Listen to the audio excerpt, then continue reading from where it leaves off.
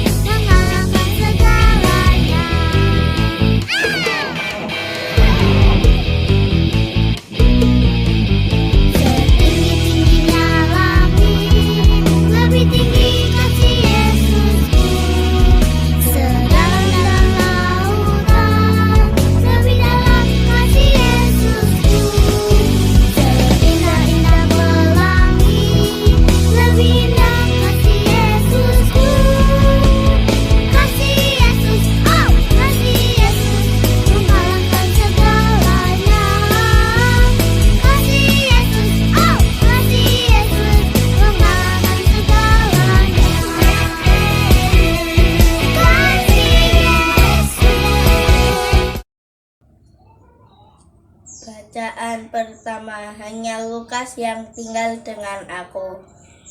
Pembacaan dari surat Rasul Paulus kepada Timotius.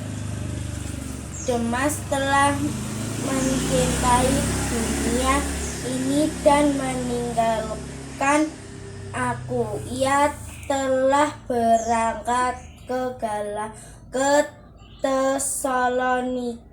Kres telah pergi ke Galatia dan Titus ke Dalmatia. Hanya Lukas yang tinggal dengan aku. Jemputlah Markus dan bawa ia kemari, karena pelayanannya penting bagiku. Titus telah ku kirim ke Efesus.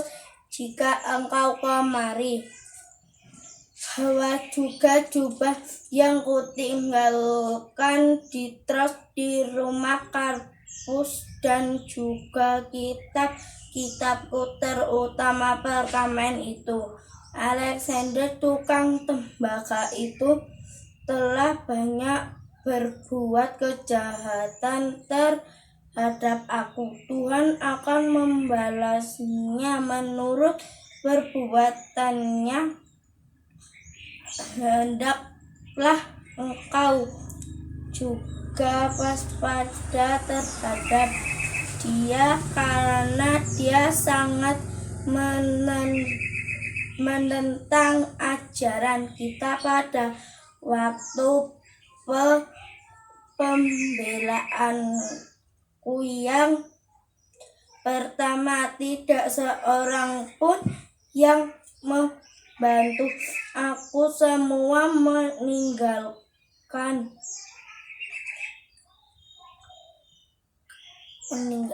aku. Kiranya hal itu jangan ditanggungan atas mereka, tetapi Tuhan telah mendampingi aku dan menguatkan aku supaya dengan perantaraanku Injil diberikan dengan sepenuhnya, dan semua orang bukan Yahudi mendengarkannya. Demikianlah sabda Tuhan. Halo, selamat siang adik-adik, atau selamat sore nih. Ya, tergantung adik-adik menontonnya pada waktu siang atau sore ya. Berkah dalam semua. Hari ini Pak D, Pak D ya, gak apa-apa ya. Pak D mau cerita sesuatu yaitu tentang Santo Lukas. Pernah dengar Santo Lukas?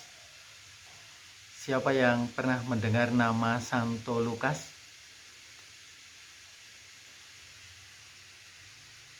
Belum pernah? Belum ada yang sama sekali yang mendengar nama Santo Lukas? Nah, Santo Lukas, kalau adik-adik sering membuka kitab suci, moga-moga ada kitab suci di rumah itu. Di belakang ada kitab suci yang besar itu, yang merah itu. Lalu di sana ada Injil. Nanti salah satu Injil itu ada yang Lukas. Nah, penulisnya Lukas. Itu Santo Lukas. Tetapi Pak D tidak akan bercerita tentang Injil Santo Lukas. Pak D akan sedikit menguraikan apa itu atau siapa itu Santo Lukas. Bagi kalian yang berasal dari Prambanan, gereja Prambanan, pernah ke gereja Prambanan?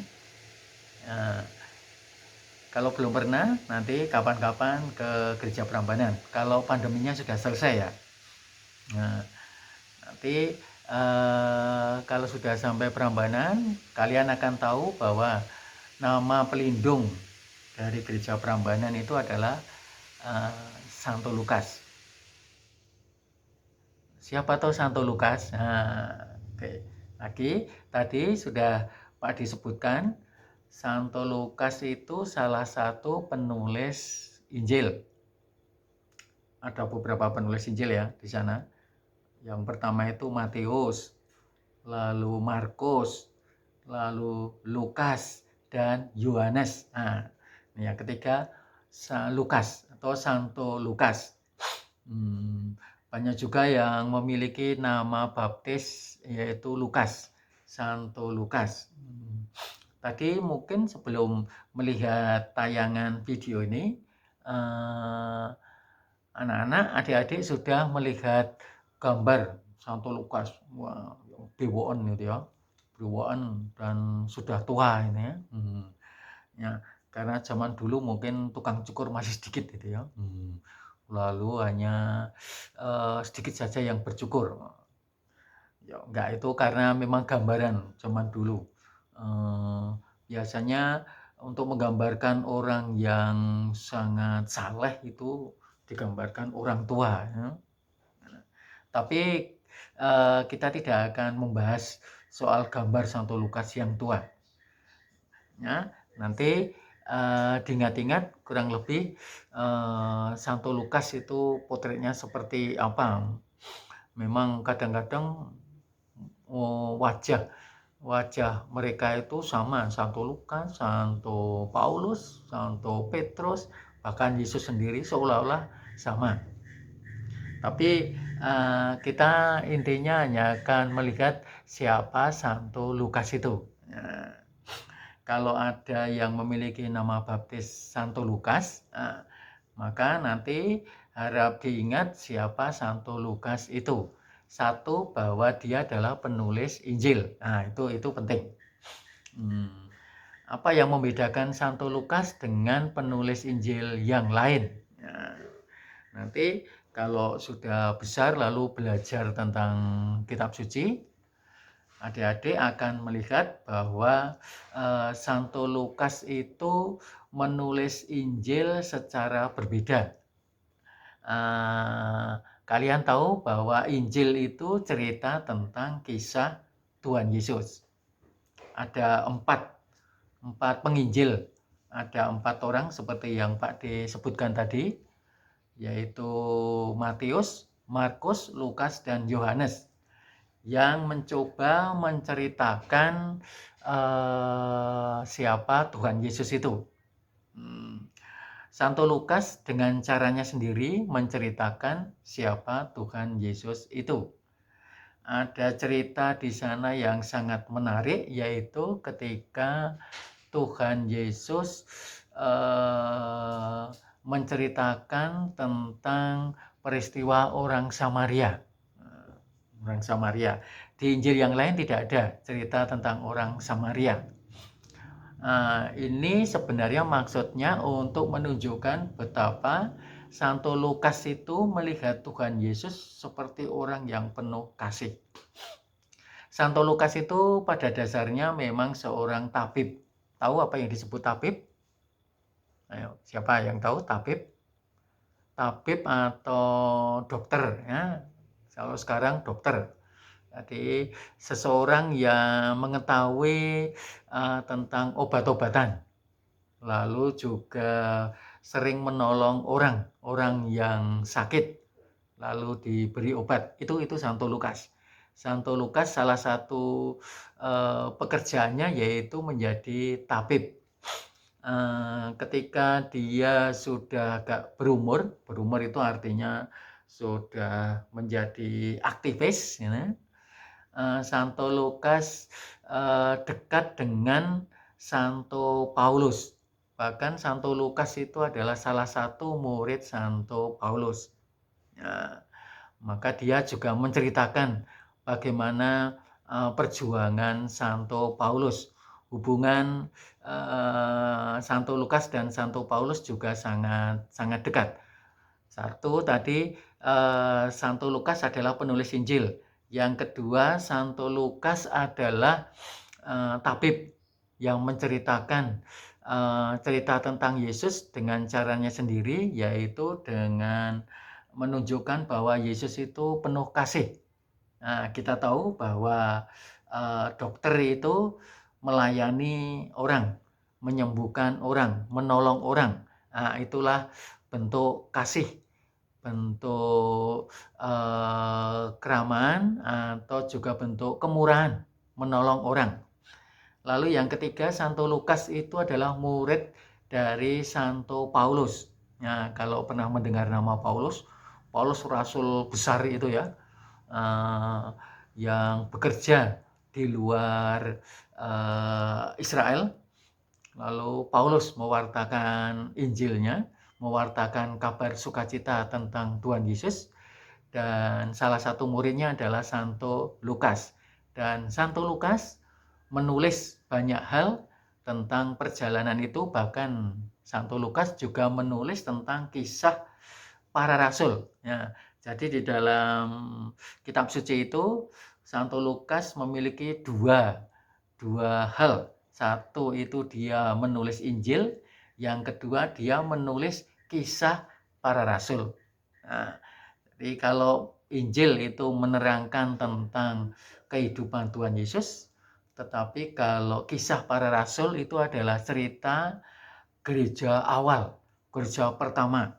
Sesudah Tuhan Yesus wafat, bangkit, lalu naik ke surga, gereja kemudian dikendalikan atau bersama-sama gereja dihidupi oleh orang-orang awal, termasuk para rasul, termasuk juga Santo Paulus dan Santo Lukas. Itu gambaran tentang Santo Lukas. Jadi jangan lupa melihat-lihat kitab suci, lalu menemukan juga di sana Injil Santo Lukas. Ingat siapa Santo Lukas? Santo Lukas adalah seorang tabib. Dia penuh kasih. Maka dia menggambarkan Yesus pun sebagai orang yang penuh kasih. Santo Lukas juga salah satu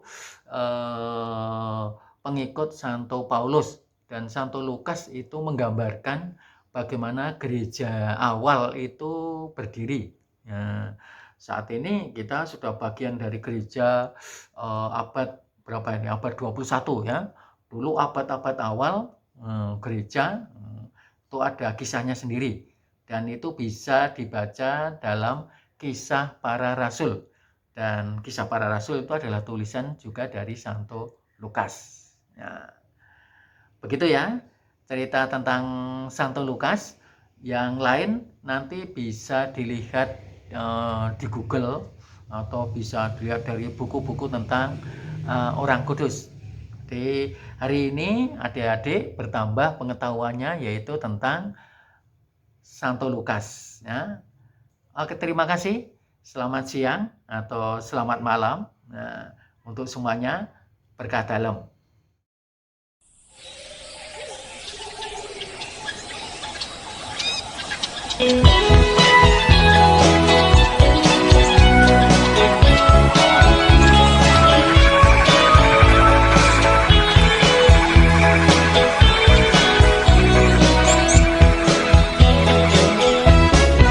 Anak monyet di atas pohon, anak cacing di dalam tanah, anak burung di dalam sangkar, anak Tuhan di dalam gereja.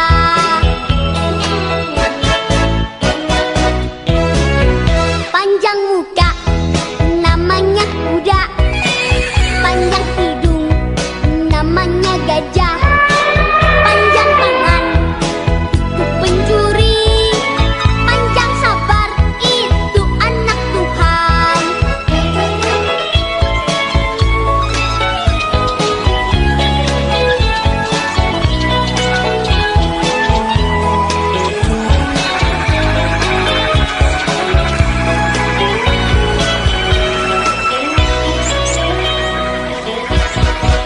Anak monyet di atas pohon, anak cacing di dalam tanah, anak burung di dalam sangkar, anak Tuhan di dalam gereja.